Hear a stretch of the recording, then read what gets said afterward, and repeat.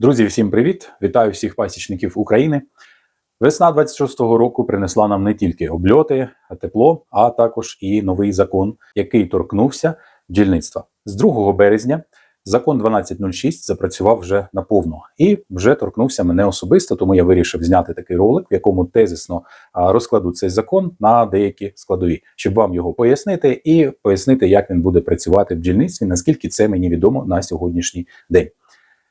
Тепер бджоли – це не просто комахи, це наземні тварини. І відповідальність за одну бджолину сім'ю така, як відповідальність за цілий корівник. І ви особисто тепер відповідаєте за умови, за благополуччя ваших комах, наземних тварин, бджіл. І тепер вентиляція, умови утримання, відсутність стресу – це тепер юридичні норми. Чому закриваються районні лабораторії? Місцеві лабораторії по маленьких містах.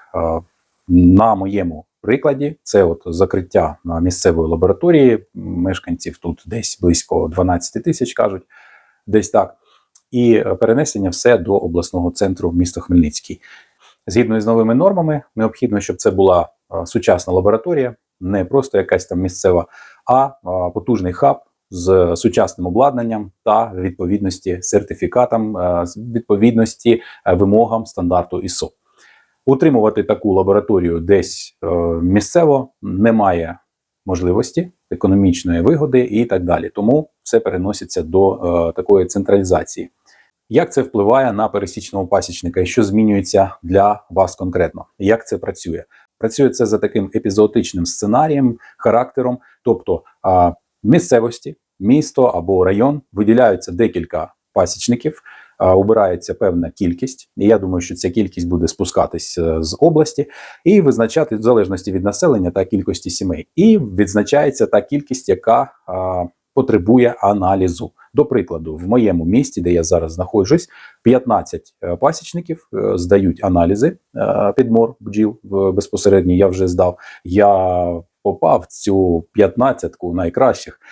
Насправді це просто, я не знаю за яким принципом, можливо це скоріше за все територіально. Тобто береться місто, беруться різні райони цього міста, селища навколо і створюється така ніби мапа району. І отак порайонно 15 цих пасічників здають аналізи. Я здав своїх бджіл, а сусід, в якого там якась теж кількість сімей, можливо менша, і він недалеко знаходиться, вже нічого не здає. Тобто для нього взагалі нічого, ніяких вимог, він не здає своїх бджіл, і виходить так, що за моїми бджолами, за моїм аналізом, йому буде надано певну характеристику. Тобто, якщо немає в мене виявлено якихось хвороб в моїй місцевості, значить в нього все добре. Тобто ця методика направлена на виявлення якихось загальних масових захворювань. І це викликає деякі занепокоєння дуже багатьох пасічників. У всіх є питання, що тепер з моїм паспортом пасіки, що тепер буде відбуватися, і як отримати якусь там відмітку і так далі. Значить, я отримав пояснення, як це буде відбуватися. Ті, хто безпосередньо пройшов аналізи, вони отримають, як завжди, з лабораторії заключення. І вже ті, хто цього не робив, вони отримують запис, відповідний запис про відсутність хвороб. Тобто для одних це спрощена система, для інших це ось така методика, яка по суті не змінилася. Одразу зазначу, що для мене цей аналіз був безкоштовним, тобто я нічого не сплачував. Як і в минулому році, я про це теж говорив в своєму відео минулого року, де я закликав всіх реєструватись і заводити паспорт пасіки. Чому я до цього закликав? Тому що все до цього йде, і ми це бачимо, що постійно є нові правила, нові закони, якісь нові моменти, які нас заставляють постійно до цього йти і прагнути. Дуже багато було занепокоєних тим, що вони не отримують ніякий запис, а цей запис тепер потребують абсолютно всі заготівельники меду, особливо крупні оптовики, які приймають мед і вимагають ці документи. Тепер необхідно здавати абсолютно всі документи, робити ксерокопію свого паспорту, зазначати в цих ксерокопіях саме ті сторінки, відображати, які є з аналізом всього року. Раніше це було спрощено, майже ніхто цього не вимагав.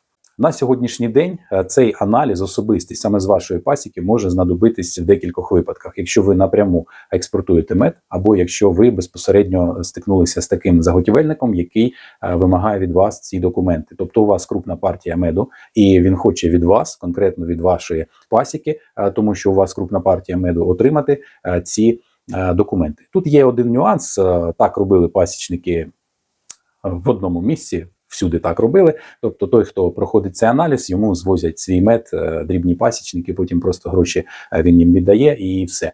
І партія йде як одна партія, якщо цьому дозволяють певні ліміти по грошах. Третій момент, якого торкнувся закон і що він змінює, це кінець сірих ліків, а також ліків, які можна було придбати будь-де, в будь-якому інтернет-магазині, замовити, отримати і так далі. Тобто тепер є інформація в законі про те, що ліки обов'язково повинні виписуватись за електронним рецептом.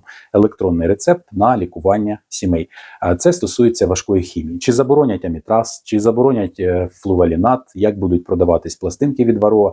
На це поки що відповіді немає, тому що закон тільки прийшов. І що нас чекає протягом сезону та осінню, ми поки що не знаємо. Тобто самі виконавці, скажімо так, цього закону, вони ще до них ще не доведено конкретно, які їх дії і як ця система буде працювати. Але суть в тому, що певні ліки обов'язково будуть купуватись тільки за рецептом від ветеринарного лікаря. Тобто ви не можете якимось чином там самі щось робити, десь в сіру купляти, тому що всі ці ліки будуть відсутні в інтернет-мережах і будуть спеціалізовані ветеринарні аптеки, де це можна буде придбати.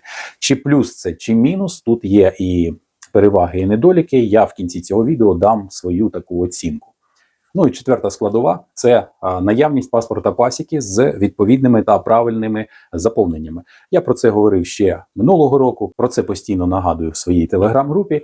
QR-код ви бачите на екрані, можете приєднуватись, там є свіжі новини, там є обговорення, там є дуже багато інформації про бджіл, про їх утримання і різні поради, а також відео, які є на моєму каналі.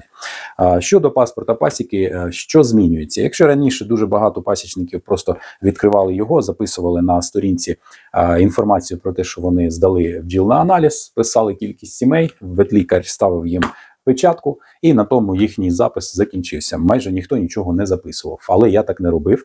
Я постійно записував так, як сьогодні вимагає цього законодавство. Як це потрібно робити? Настала весна, ви записали, що ви робили весняні роботи, тобто коли ваша пасіка облетілась, які були результати зимівлі, і далі ви вже проводите якісь профілактичні підкормки, підгодівлі, що ви застосовуєте. Можливо, якісь пробіотики, дезінфектанти. Все це записуєте, як от у мене записано, наприклад, і в минулому році, і в цьому році записана дата, друга обробка, чим саме написаний серійний номер препарату і його дата, серія та номер і дата випуска, а також до якої дати він дійсний.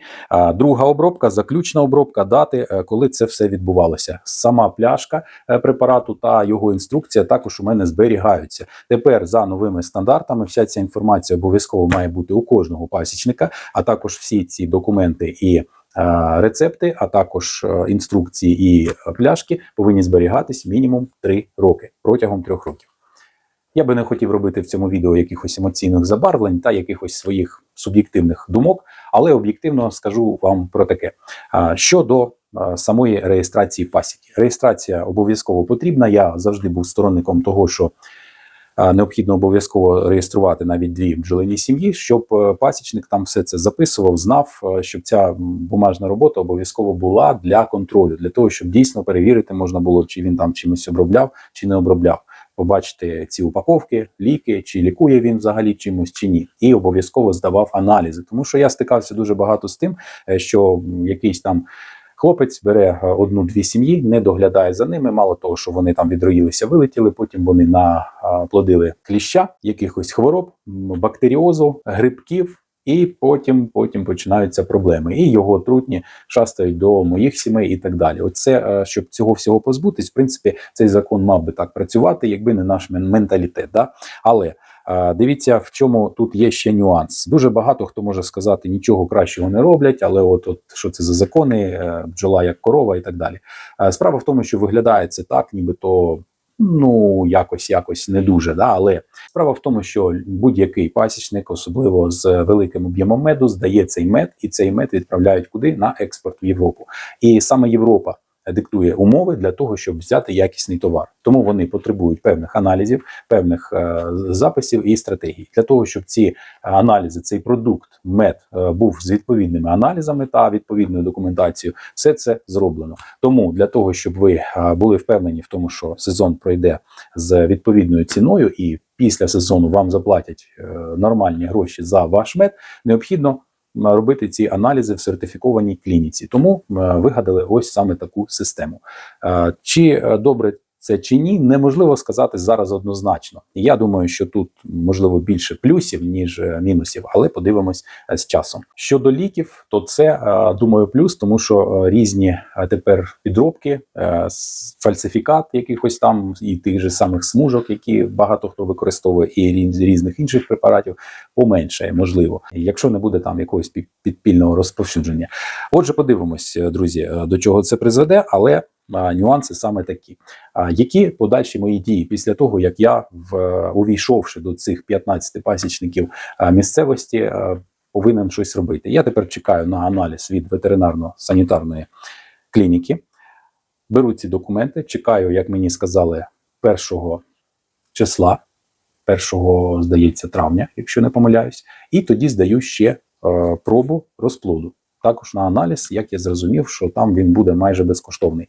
І сплачую невеличку суму за обстеження пасіки. Це звичайна щорічна процедура. Виїжджає до мене ветеринарний лікар, оглядає мою пасіку, оглядає все навкруги, відповідність певним нормам та стандартам. Можливо, ці норми та стандарти поміняються. Я на зв'язку і постійним спілкуванням з цим лікарем, у мене дуже гарний ветеринарний лікар Олександр. І таким чином я в нього щось новеньке дізнаюся. Якщо я щось новеньке та цікаве дізнаюся, саме ось з такої тематики бджільництва, реєстрації, аналізів і чогось такого цікавенького, я вам обов'язково повідомлю. Тож підписуйтесь на канал, якщо не хочете пропустити якісь нюанси. І взагалі бажаю вам всього найкращого в бджільництві. А головне – миру, здоров'я, наснаги та витривалості. Всім до побачення.